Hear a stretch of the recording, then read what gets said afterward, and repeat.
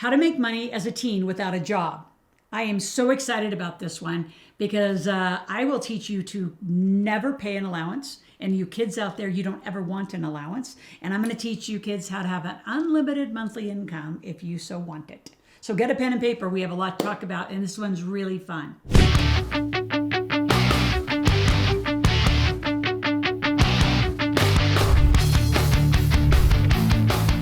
So specifically, I want to talk about three things. I actually did a program with my son when he was very young called Never Pay Your Kids an Allowance. So that is like strict rule number one. Strict number two is you employ them with your company. Now, some of you say, well, they don't, like they're zero, they're three, they're five. What would they do for my company? We're going to talk about what they can do for your company and why employing them will change their financial trajectory. Number three, how do you just instill financial literacy as a thing you do in your family on a regular basis? Parents, you got to lead. So number one, never pay your kids an allowance. So when my son was really young, we never paid an allowance, but he wanted extra things.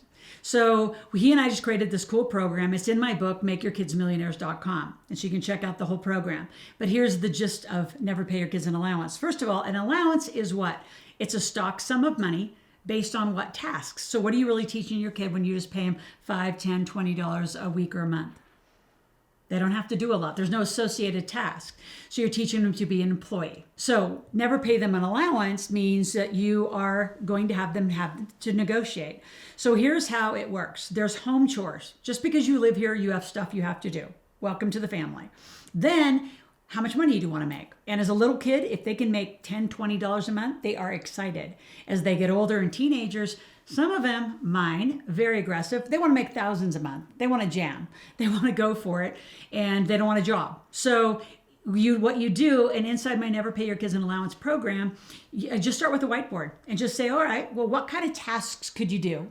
And how much should you be paid for them? So you're going to start teaching them about price negotiation and how to charge. So and they're all age appropriate. So like at 4 years old, for whatever reason, I'll just talk about my son Logan. He loved taking out the trash. So he would take one big bag and he'd go around every trash can in the whole house, make a little bit of a mess, but he got it done. So he would do the trash.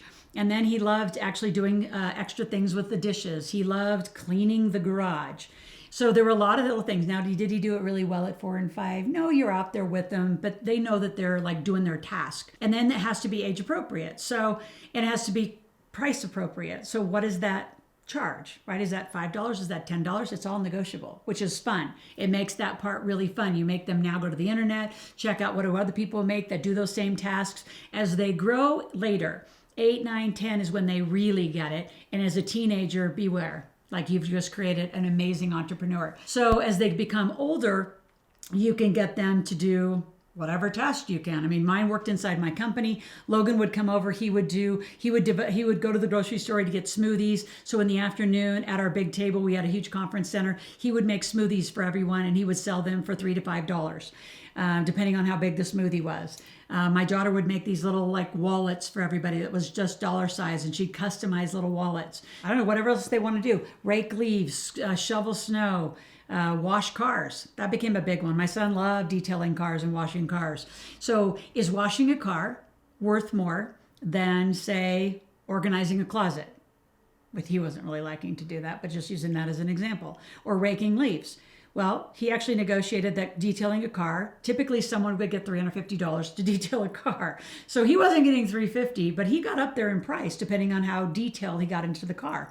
So he would make $50 to $75. I mean, otherwise I take it down the street and I could pay somebody, $150, $200, depending on the car, $350. So depending on what they like to do, give them an opportunity. You're going to hire somebody else. If they like to clean the house, have them clean the house. If you're going to hire a house cleaner and they're just as good as a teenager, hire them. Have them organize closets, have them do landscaping, have them paint, have them, repair something. Whatever they like to do, start building a little entrepreneur in your family and give them price, adjusted pay, because you're going to pay somebody else for most of these things. Now, designing their paycheck gets really fun. This is where they get to make as much as they want, especially as a teenager heading off to school or college or out of your house. Start teaching them if they need to make $2,000 a month, $3,000 a month, what does that take? So I have this formula called 12-4-5. There's 12 months, 4 weeks, 5 days on average. It's not exact, it's good enough. So if they wanted to make, say, $1,000 a month, well, divide by 4, that's $250 a week. And divide by 5, that's $50 a day. So There's not a lot of kids that can't figure that out. And if they do weekend tasks, they can easily make $250 between 2 days. And we're not talking about minimum wage and paying your kids cheap. If you're paying, especially as a teenager, if they're just as good as an adult, pay them like an adult. They have to negotiate that though.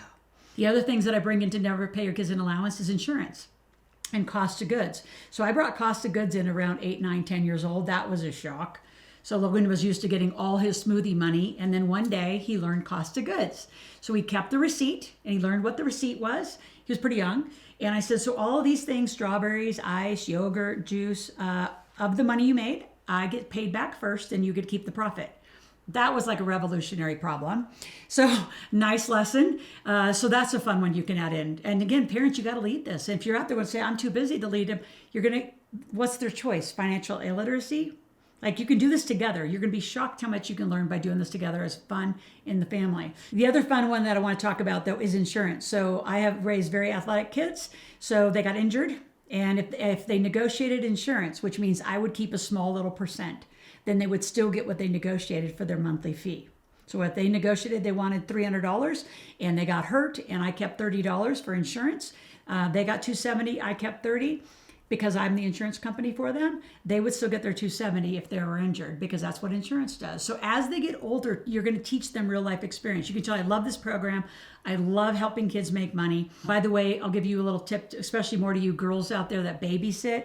Call yourself a nanny once you get 13. You'll make way more money.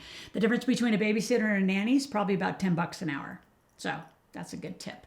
And you boys out there that like to do handyman kinds of things, handymen get paid $45 to $75 an hour. So don't do it for $10 an hour. So I will be your advocate out here. Any of you kids that are out there or parents, put some comments in below. Like, what do you want to know about? How can I support you through this? It's really important. When that kid becomes 18, you get them an LLC. They've already got an entrepreneurial mind. They already know how to price, and away they go off making money like that. And they don't have to get a job. Now, if they want to get a job for the experience of getting a job, then have them go get a job. My son got a job, and I said, if you get a job, because I know you and I know you're going to hate it, you have to do it for 60 days. Oh my God, by day 4, he's like, Mom, you have to let me quit. I said, nope, 60 days. It's the most miserable 60 days of our entire life, making him go to a job. He had to be on time.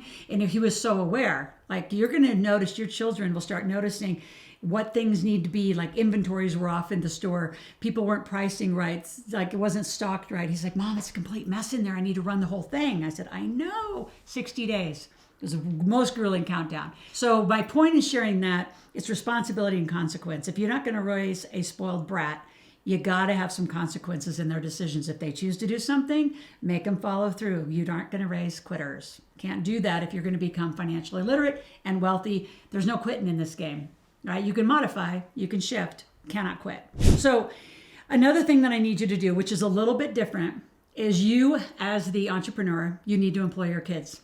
If you don't have any kids, you should get them their tax deductions. So at 0, 1, 2, 3 to 7, they can become models, right? And a lot of you say, well, how do they become models? So I have a client, they do real estate and wine, and they built a company calendar. And I've been building a company calendar since I think my son was 4 or 5. So in the company calendar are pictures of you, the kids. You can put your company logos on there, and you hand it out as Christmas gifts, as holiday gifts to people. So you have your company logo. Lots of people do it. The difference is your kids are going to be in there because they're models for your company, and it's a very legitimate, it's been IRS tested, proven. And so you say, well, how do they become a model? There's all sorts of online modeling agencies. You register them legitimately, so they are a model. I know at one point Logan was 3 or 4. He got picked up by the Gap and actually got a $2,500 gig to model little Gap clothes as a little kid. So he just put that in his Roth IRA. The reason you want them employed is you can do deductions, you can do family business trips, and you can get them a Roth IRA with that paycheck. And again, from 0 to 20, if all you did is put $500 into a Roth IRA, it sets them up for life because they don't have any access to that money. I probably don't push that point enough. They don't get access to that money until their 60s. So if you did $6,000 a year for 20 years, uninvested, it's 120, invested and compounded, easily you're going to make your kids millionaires.